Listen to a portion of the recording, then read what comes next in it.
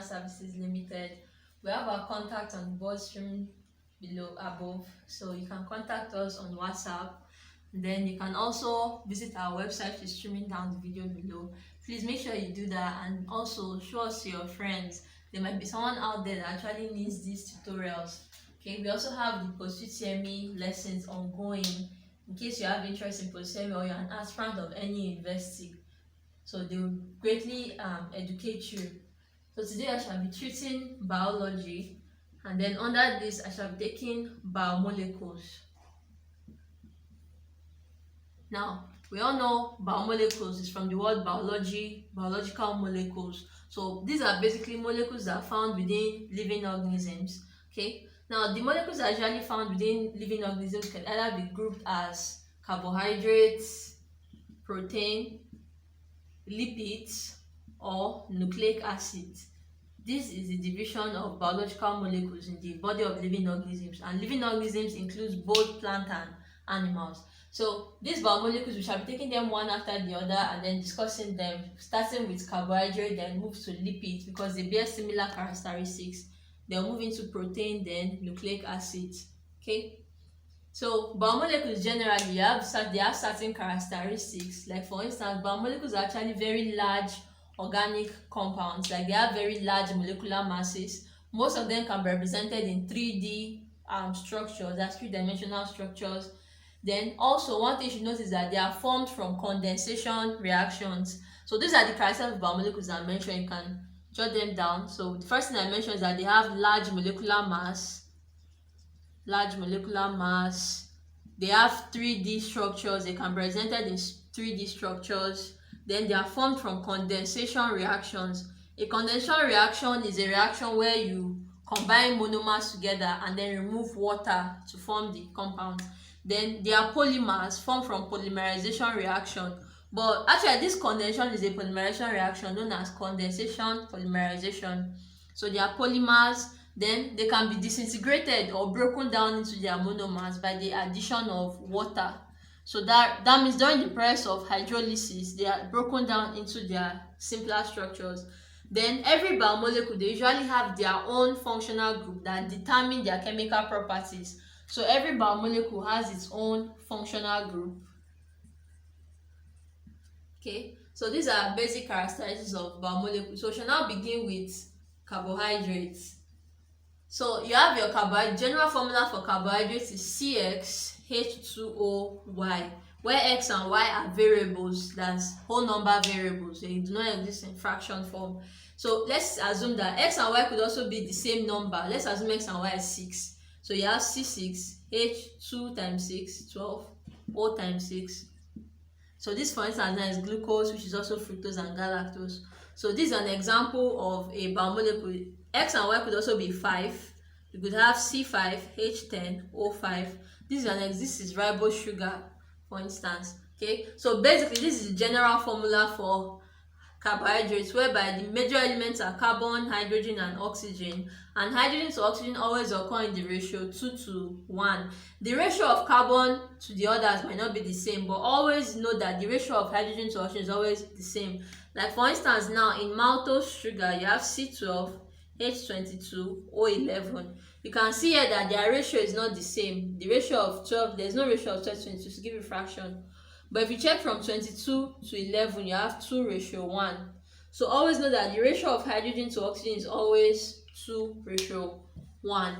Okay, so that's that for carbohydrates. Now carbohydrates are divided based on the number of monomers they have.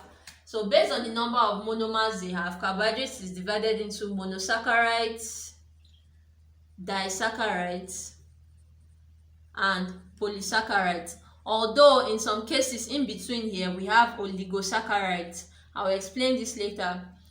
But this is just one method of classifying carbohydrates. Carbohydrates can also be classified based on what type of functional group they have.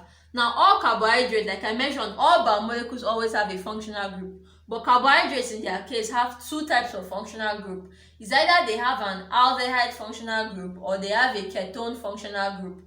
Now carbohydrates that have the aldehyde functional group, that's the CHO functional group, are known as aldose sugar. while the ones that have the ketone functional group CO, they are known as ketose sugar. So that's another method of classifying carbohydrates. But then the major means of classification is based on the number of monomers. So carbohydrates that have just one monomers are known as monosaccharides. Carbohydrates that have two monomers are known as disaccharides. Now, carbohydrates that have 3 to 7 monomers are known as oligosaccharides, while the ones that have more are known as polysaccharides. Although some people do not consider oligosaccharides because they are still under polysaccharides. Okay, so monosaccharides now. Monosaccharides, since they have just one monomer, they themselves serve as the basic unit. They are the building block of other types of carbohydrates. Now, under monosaccharides, they can now be classified based on the number of carbon atoms they have. There are monosaccharides that have the amount of carbon atoms begin with 3. There's no monosaccharide that has 1 or 2 carbon atoms. So the smallest monosaccharide begins with 3 carbon atoms. So from 3 carbon, we have 4 carbon, 5 carbon, and 6 carbon monosaccharides. These are the 4 types of monosaccharides we have. Now, monosaccharides that have 3 carbon atoms are known as triose sugar. Monosaccharides that have 4 carbon atoms are known as tetrose sugar. Monosaccharides that have 4 or 5 carbon, pentose, while the ones that have 6, you have your hexose. Now, example of your triose sugar or triose monosaccharide is your glyceraldehyde. The word aldehyde again, I should tell you that it is an aldose sugar because it has the aldehyde functional group. You have tetrose, you have erythrose sugar. These are examples. Pentose sugar, you have ribose, you have ribulose, 1,6-diphosphate. And then the most common type is your hexose sugar. Now, hexose sugar, under this you have glucose, you have fructose, there's mannose, and then you have galactose. Okay, so under these two, they could either be aldehyde, or they could either have aldehyde or ketone functional group. So they could also be characterized as either aldose or ketose sugar. So triglyceraldehyde or triglyceraldehyde, can call it anyone, is a triose sugar. Its general formula is C3H6O3. Then tetrose sugar, you have your erythrose. Its general formula is C4H8O4. For ribose sugar, you have C5H10O5. While for this, you have C6H12O6. Now, I shall be drawing only the structures of triglyceraldehyde, ribose, and glucose or fructose.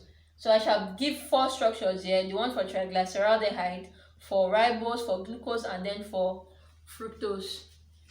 And do not forget that monosaccharides serve as the building block or the basic unit for the building of every other monosaccharide, for every other type of carbohydrates. Okay, don't forget, visit our site.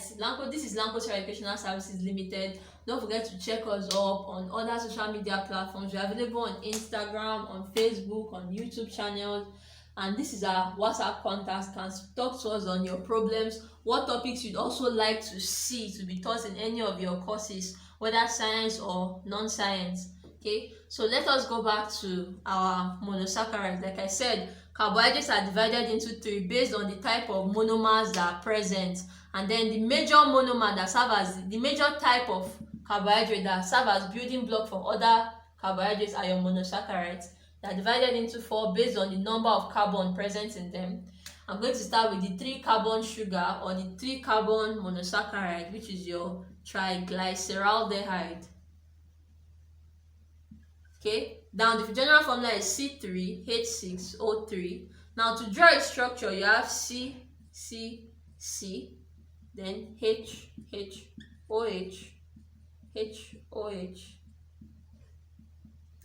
Now if you count this, you have 3 carbon atoms, 6 hydrogen atoms, and 3 oxygen atoms. So that gives us C3H6O3. Now this is your structure for triglyceraldehyde, and like I mentioned, it's an aldose sugar. You can see the functional group here, CHO.